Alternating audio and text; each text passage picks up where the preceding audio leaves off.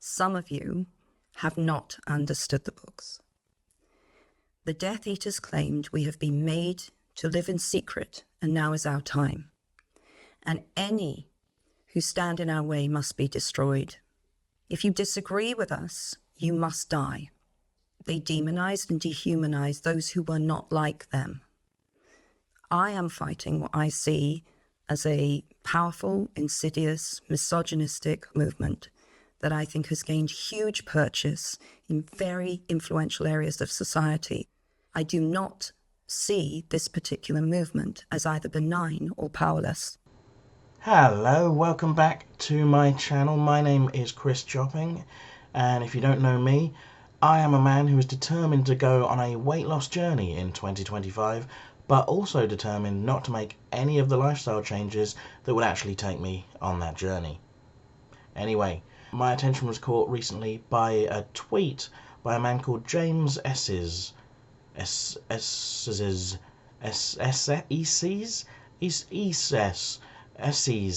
How do you pronounce SS? I don't know. It's too late to check now. Let's just call him James. Anyway, this is his tweet. Who else thinks the T should be irrevocably severed from the LGB once and for all? Now, this tweet received a response from the co-founder of the LGB Alliance, who said, LGB Alliance, as well as many other lesbian and gay groups, have been advocating a separation between LGB and TQ+ for years. We do not use the words irrevocably severed. We point out that the groups have incompatible interests and that the TQ+ agenda is harming LGB people. With all due respect, this is not an appropriate area of activism for a straight man. In turn, James replied, with all due respect, this is not an appropriate area of activism for a straight man. A worrying response from the co-founder of LGB Alliance. It's like telling childless people to shut up about child safeguarding. Identity politics harms our social fabric. Now, I had mixed feelings about this exchange, because on the one hand, I do kind of think that James was right. Like, I do think minority groups can benefit from ally voices in the majority, you know, so long as those voices don't make it all about themselves, listen more than they talk, and elevate the voices of the people in the minority group. But then maybe as a straight white cis man, that is what I would say. On the other hand, I was quite enjoying the irony of a straight white cis man like James saying that the LGB people should exclude trans people, and then getting a bit pissy about it when they don't want to include him. But look, I'm not here to relitigate that Twitter exchange. Like, basically, James is a transphobe, the LGB Alliance are transphobes. Like, if either party in that interaction ever had a moment of self-doubt or enough self-awareness to second-guess themselves and perhaps submit that exchange to the Am I the Arsehole subreddit, I think people would agree that everyone sucks here. But it did get me thinking about my own trans allyship, and more specifically a video I made about 3 years ago about trans rights and JK Rowling. I was quite naive at the time about trans rights, but I was trying to educate myself, and the more I learned, the more I read up on it, the more videos I watched by trans creators, the more kind of upset and appalled I was by the amount of injustice I was finding out about, and I wanted to speak up about it. I wanted to say my piece, I wanted to be an ally, but I was also worried about getting it wrong, particularly as a cis person who, you know, wasn't talking about my own lived experience. So, like I say, I did my best and I did make a short video on the subject, and if I've managed to get my shit together, there's probably going to be a link to that video on the screen now. If I haven't got my shit together, there should at least be a thumbnail appearing somewhere here. And you can check it out for yourself if you want. I was worried about how it would hold up to scrutiny 3 years later, so I watched it back, and to be honest, I think most of it does hold up. I agree with most of the things I had to say. There was one fairly glaring mistake, though, I think. Oh, I should say, of course, that there's a chance that I'm still getting things wrong, in which case let me know in the comments, unless you think the thing that I'm getting wrong is I don't hate trans people enough, in which case you can go. But like I say, I did make one rather glaring error, which is that I said we should all stop talking about JK Rowling. I thought that if we wanted to support trans rights, we should talk about trans rights, and not waste so much time talking about one wrong-headed cis woman and her mad anti-trans views. But I accept now that I was wrong. In fact, it seems that I owe JK Rowling an apology. She was and is far more powerful and influential than I gave her credit for, and let's face it, not talking about the problem hasn't made her go away.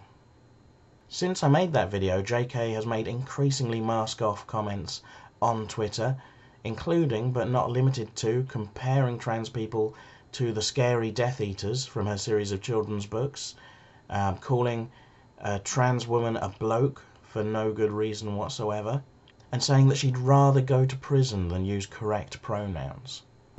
And then the other extremely common question that comes up, and it comes off almost like a plea, is just why? Why are you doing this? Why can't you just let people be who they are and support them the way that you do for these outsider characters in your book? If one of those people is listening right now, how would you talk to them? What would you say to them? Can you speak to them? I would say to them, you, as a human being, the self that you are, I have the utmost respect for you. I want you protected. I want you safe. I would treat you with respect, always. If you actually take the time to check out her Twitter feed, you'll find she tweets and retweets about little else. This is a subject that occupies her time daily. If she disappears from Twitter and stops criticising trans people for a few days, it's so unusual that her followers and detractors alike have a collective meltdown. I mean, I don't know how to emphasise it enough. Go and check it out for yourself. Someone said to me recently, I knew Rowling had said some terrible things, but I didn't realise how obsessed she is until I checked out her Twitter feed. But she's somehow managed to do this without turning herself into a Graham Linehan-style lolcow whose career has evaporated. The Hogwarts Legacy video game was a huge commercial success, the BBC continued to adapt her detective novels, and many people still see her as some sort of national treasure. Most importantly, unlike the likes of Graham Linehan or Lawrence Fox, she's still considered respectable by a lot of people, and that's dangerous. Because she uses that respectability, her power and influence, to hurt trans people. And other people use it as well. An actual US senator cited JK Rowling in his successful attempt to block an LGBTQ civil rights bill. It's a new feature to Title VII, where it says in Title VII that you can't discriminate based on race, on sex, that's now been redefined obviously by the courts, on religion, age, all this thing. It clarifies you can't discriminate based on that. We probably should slow down and look at that before we open that floodgate in America. Or to say it in the words of JK Rowling this past week, where she wrote, all I'm asking, all I want, is for similar empathy, similar understanding to be extended to the many millions of women whose sole crime is wanting their concerns to be heard without receiving threats or abuse. Now, if you just heard that quote from JK Rowling in isolation, it might actually sound pretty reasonable. She's good at that. She can write a blog post or say something on a podcast where she sounds so reasonable and concerned and sensible, which is why we can never forget the bit about the fucking Death Eaters. Meanwhile, in the UK, politicians fawn over her. Many of those politicians refuse to even meet with any sort of trans rights advocacy groups. But when JK Rowling agreed to meet with the Shadow Chancellor ahead of the last election, it was treated as some sort of magnanimous gesture on her part. But why do they even want to meet with her? She's not a scientist, or an academic, or an expert on trans people. She's just a crank. But leading politicians want to meet up with her and reassure her that they're not being too nice to trans people, because they perceive her to have power and influence. But if she wasn't rich or famous, if she was just an ordinary person like you or I, not only would leading politicians have no time for her, her local MP would be dodging her at every turn, probably sending sort of polite but non-committal responses to her mad emails about how trans people are making life hard for women to go shopping or something. I don't know. I mean, look, JK wrote a very successful series of children's books, and that's not easy. You can say they're badly written and derivative if you like, but if just anyone could captivate that many kids' imaginations and, well, make that much money, we'd all be doing it. She's clearly not a complete idiot. But, on the other hand, those same books embrace anti-Semitic tropes and advocate for slavery. I don't know how you look at those books and say, yeah, that's the person we want to advise us on how to treat a minority group. And look, I'm not trying to be bad faith or uncharitable here. I know that a lot of JK Rowling's very real desire to protect women is born out of her own horrible experiences, terrible things that have happened to her at the hands of men. She's even professed to care about the safety of trans people because of that very same issue. If you could come inside my head and understand what I feel when I read about a trans woman dying at the hands of a violent man, you'd find solidarity and kinship. I have a visceral sense of the terror in which those trans women will have spent their last seconds on Earth, because I too have known moments of blind fear when I realised that the only thing keeping me alive was the shaky self-restraint of my attacker. I believe the majority of trans-identified people not only pose zero threat to others, but are vulnerable for all the reasons I've outlined. Trans people need and deserve protection. Like women, they're most likely to be killed by sexual partners. Trans women who work in the sex industry, particularly trans women of colour, are at particular risk. Like every other domestic abuse and sexual assault survivor I know, I feel nothing but empathy and solidarity with trans women who've been abused by men. I honestly don't want to diminish what she's been through, but understanding that she's been through these horrendous experiences and that shaped her worldview, and being sympathetic to that doesn't mean that we have to accept that she's drawing the correct conclusions from those experiences or that she's going about things the right way when it comes to the safety of women and children and acting in ways that stokes hatred and fear of trans people. And saying that she cares about the safety of trans women doesn't excuse the very real harm that she's causing them. If anything, the fact that she's clearly aware of the risk and danger that trans women face just makes me less inclined to excuse her when she throws them under the bus. Because make no mistake, that is what she's doing. Rowling used a portion of her vast wealth to open a sexual assault centre for women. That should be unambiguously a good thing. But she managed to produce a surprisingly large degree of ambiguity when she made it clear that trans victims of sexual assault aren't welcome. I cannot fathom the cruelty that says, I understand exactly how scared and vulnerable and violated you must be feeling right now, but because you're trans, we will turn you away at the door. Like every other domestic abuse and sexual assault survivor I know, I feel nothing but empathy and solidarity with trans women who've been abused by men. Empathy and solidarity, but you are not one of us. F*** off. And look, I'm quite sure that she really genuinely does care about other issues that affect women and girls. But you'll notice that lawmakers aren't quoting her when it comes to passing laws to get rid of period poverty, for example. And politicians aren't inviting her into meetings so they can reassure her that they're doing more to help women's mental health. No, they get her involved on the trans stuff because she herself has made that her one big cause. That's her big issue. The persecution of a small but disproportionately vulnerable minority group. And look, I'm not going to pretend to know what it's like to go through the things that JK's been through. I'm not going to pretend that I've been through anything anywhere near as bad. But I have had my own traumatic experiences.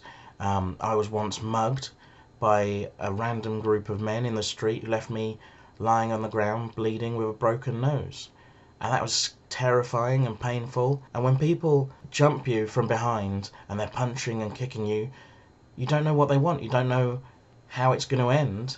And maybe like JK, I'm lucky that my attackers chose not to take things further. And of course after that, my friends and family were worried and sympathetic. But if I then started going around saying, right, we need to bring in a curfew where men aren't allowed out of the house after 9 p.m. to make things safer, I think someone would have given my head a wobble. Because I genuinely believe that curfew could do a lot of good, at least in terms of women's safety in the street at night. If men were banned from the streets after 9 p.m, some, probably quite a lot, of violent crimes would be avoided. But I understand that we as a society don't punish a whole group of people because of something a tiny number of that group did. Just because a small group of men attacked me, that doesn't mean that I should push to take freedoms and rights away from men who haven't even done anything. But that's not even a like-for-like comparison, is it? Because JK Rowling tries to use her trauma at the hands of men to justify and excuse the curtailing of the rights and freedoms of trans women. And trans women aren't men. So that would be like if I was attacked by a group of white guys and then I started trying to take away the rights and freedoms of Asians. At that point, I would need a close friend to do something slightly more than just give my head a wobble. Especially if I was in a position to influence lawmakers. And look, I don't know what JK Rowling gets up to in her spare time. I don't know what circles she mixes in. But if the stuff that she posts online is anything to go by, it seems like she's surrounding herself with people who are not going to give her head a wobble. If anything, they're going to encourage her. And that, to be honest, is the last thing she needs. What she needs, probably, is therapy. And that's not even snark, right? That's just some good advice that no one around her is going to give her. I probably shouldn't even single her out. You know, we all could benefit from therapy, or most of us. But at least in JK Rowling's case, she's one of the people who can actually afford it. All of which brings me back to being an ally, because as an ally, I've realised I probably still need to be talking about JK Rowling. Not because it's fun or edifying, but because too many people still see her as some sort of national treasure, and when she's mentioned in the press, I don't know if they're being kind to her or they don't want to get sued or what, but she's still talked about in ways that give her a kind of plausible deniability as to where her views are coming from and the severity of them. As allies, we need to be talking about this stuff even when we're worried we might get it wrong, or we're worried we might say the wrong thing, or even when we don't want to give people the oxygen of publicity. Because let's face it, JK Rowling has a bigger platform than any of us. She's not exactly going to disappear if we stop talking about her. And the same thing goes for other transphobes, people we see in real life. We need to speak up. We need to let trans people know that we're not going to stand for it either, and that they're heard and that cared about, and they're not collateral damage. And yet we might worry about getting it wrong or that it's not our place. But I think overall, hopefully, trans people will know when we're coming from a good place and when we mean well, and maybe they'll correct us if we overstep. But it's not good enough to just not speak up or speak out about this stuff. That's what I think anyway. And we can learn the transphobic dog whistles and talking points so we can learn how to spot and counter them. And that doesn't mean we talk about prominent transphobes at the expense of talking about other trans issues, but that's a whole other video that I'm working on. So if you've enjoyed this video, please like and subscribe. I work quite hard on them. You might not look that way, but I do. And it would be nice for them to be seen by as many people as possible, and clicking like and subscribe really helps tell the algorithm to push the videos. So please do that. So that's it for now, but I just want to take the chance to apologise once again to JK Rowling for not realising quite how powerful and influential she is, and quite how dangerous that makes her.